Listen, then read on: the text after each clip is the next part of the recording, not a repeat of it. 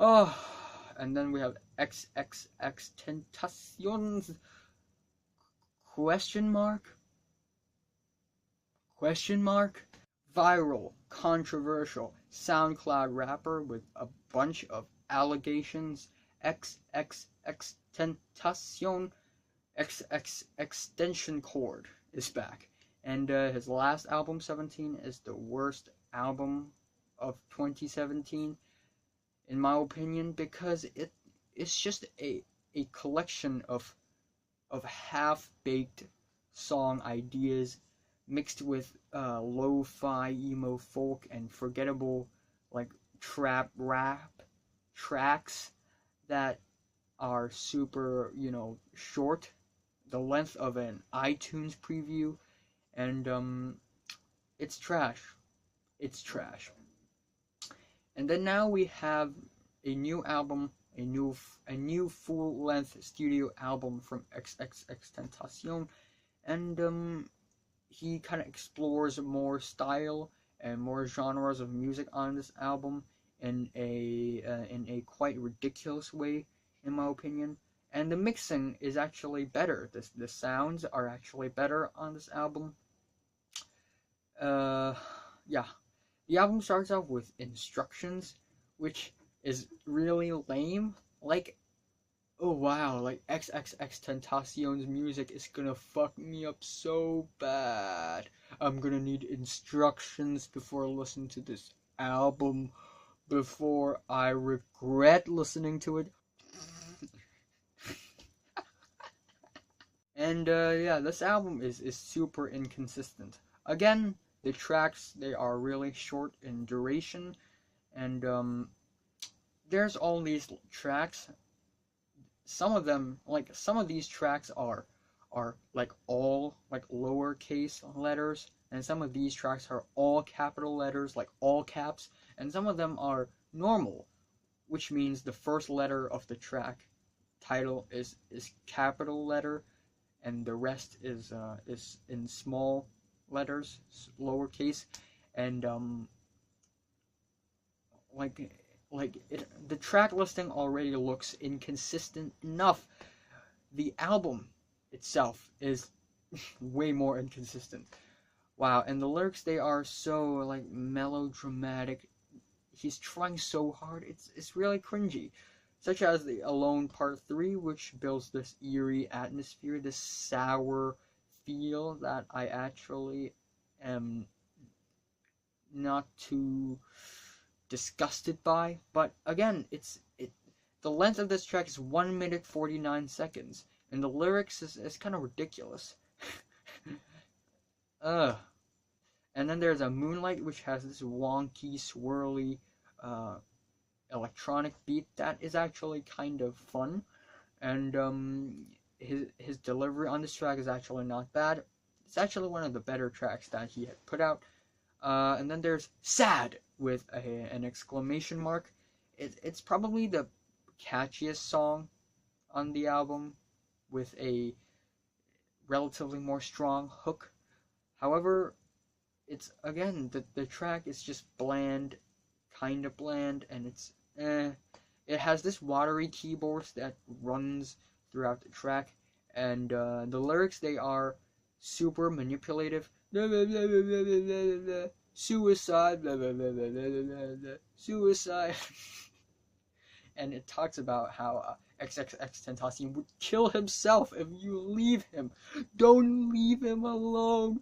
No. Remedy for a Broken Heart is a speedy song that's super forgettable. Floor 555. What does this title even mean? Floor 555? And it's a super distorted, bassy, noisy banger. But again, it's just half baked. It's underwritten, to be honest. We have Numb, which is actually one of the most powerful and visceral tracks on the album, and it's really solid, and it's really sound rich as well. It actually has a powerful statement. However, it feels super out of place, so I don't know about that. Infinity. It's a bombastic East Coast inspired rap track that features Joey Badass. Again, why the hell is Joey Badass collaborating with friggin' XXXTentacion? Stop it. Jeez, but however, I don't know why, but Joey Badass decided to collab with X apparently. And yeah, Infinity, it's an underwritten track that isn't that bad, but also isn't that good. Joey Badass is kind of the saving grace of that track. And that track, it has such a cringy intro. It talks about like how Joey Badass would catch a certain disease so that other people would not get that disease. Like, it's such a cringy and nonsensical intro. I have no idea what the hell's that about. And then there's a going down, which going down.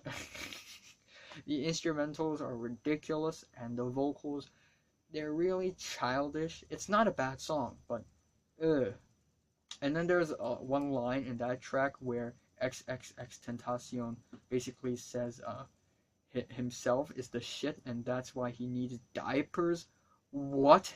It's like, remember that Huggies line in that Migos album? Jeez, what the hell's wrong with rappers nowadays?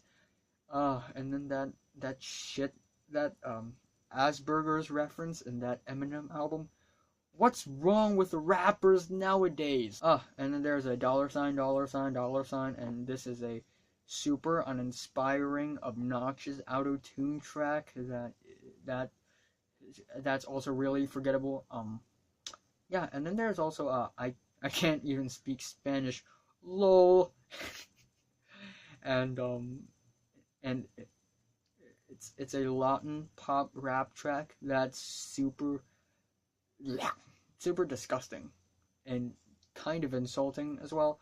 Not that it's terrible, but it's just lame. Like, why are you doing this? Why are you doing this? Anyway, there's a track titled Hope, and it kind of references that shooting, that mass shooting incident, and it's actually quite meaningful at first, but that's pretty much the extent of the track. The track only references the shooting, but it doesn't talk anything about that. It's kind of shallow, to be honest. I don't know. And then there's a track called Schizophrenia, which has this math rock vibe to it, almost Tool kind of vibe to it, and it's actually not bad. Actually, one of my favorites of this album. Yeah, this album is laced with lo-fi emo folk track and forgettable trap rap bangers, and also a bunch of other weird electronic Latin pop mixes. I mean, I admit it, this album, it's super diverse, it's real versatile, but it's also a bunch of half-baked, forgettable tracks that you will not remember tomorrow. So, 4 out of 10. And then we have Mount Eerie with his album, Now Only. In the contrary, Mount Eerie's last full-length album, A Crow Looked at Me, is my favorite album of last year. It is because it is one of the most painful and sad and intensely agony-inducing album I've ever listened to. And this album, Now Only, is kind of like the part 2 of A Crow Looked at Me. However, it's not as solid and as just focused and centralized as A Crow Looked at Me, and because of that fact, this album is kind of a little bit more underwhelming than the last one. And this album also has this Sun Kill Moon vibe, where Mount Eerie rambles along in a really long-winded way, and he talks about all these minor details that aren't that important to know. However, it's not a bad album at all. I mean, it's a really emotional and powerful album with some compelling tunes and really sad and painful lyrics that really goes into my heart. And the album starts off with Tintin in Tibet, where Mount Eerie, aka Phil Elverum, talks about relationship with his wife, who unfortunately passed away not too long ago. I guess a couple of years ago, last year. Um, and this track has this cold, chilled, windy vibe that makes the track even more painful and sorrowful. And I kind of like that vibe. Also, I just turned on the lights. Spot the difference. Huh. Anyway, the second track is Distortion, which is 10 minutes long, and it explores the themes of pain and loneliness and isolation. Again, just like a lot of the tracks that Phil had put out lately. But however, with all these like random minor details just thrown at you, and as it goes on for 10 minutes long, the things mentioned in this track just don't add up at all, and I just feel like it's not necessary to extend this track for 10 minutes long. Anyway, then there's the track called Two Paintings by Nikolai Astrup, and I kind of like the summery, glimmery guitars on this track. It has a bit of a rock vibe. I don't know if I'm recalling it wrong, but it has a rock vibe to this track. But overall, it's kind of a dull track, and I kind of like the reference to the paintings and to Tintin and the other references on the album. But overall, it's kind of like Mount Eerie is beating around the bushes while still talking about, you know, the passing away of his wife. And the track's kind of dull. Didn't hook me up that much. And there's also the title track, Now Only, which is actually really sweet and uplifting. It has a very melodic chorus about how people die all the time, getting hit by trucks, yada yada. And it almost feels like it's comedic. It almost feels like it's kind of funny intentionally, but however, it's also a sad song because of its background, because of the context. There's also Earth, which is a pretty nice track. It has some really interesting lyrics, and it's basically about Phil visiting the grave of his wife and how his wife transitioned from a human full of flesh and life and soul and into cremated ashes. And I think that's really painful, and it's just you know. But yeah, the loud indie rock passages that goes behind the vocals of this track, it's kind of interesting as well. And the album ends off with Crow Part 2, which is super saddening, super down.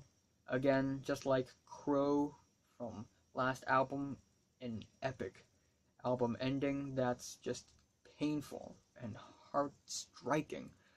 And Crow Part 2 is also really painful, and it talks about how Phil's daughter wanted to listen to Mom's record, but you know, his wife passed away, and it kind of goes somewhere while Phil was having breakfast.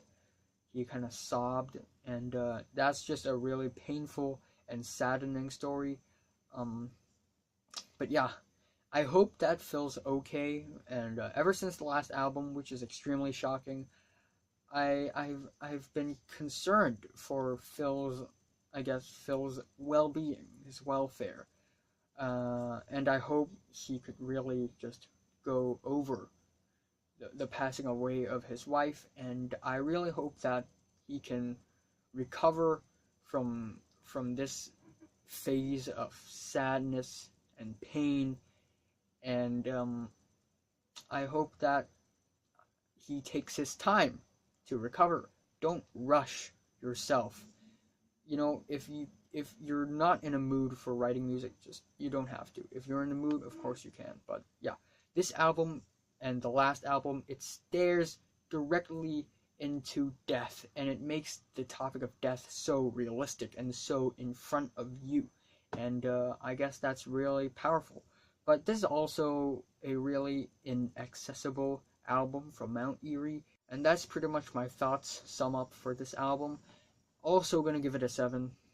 So yeah, overall, what are your thoughts on these 5 albums from 1 to 10? How much would you rate them? Like if you like them, hate if you hate them, and subscribe if you want more.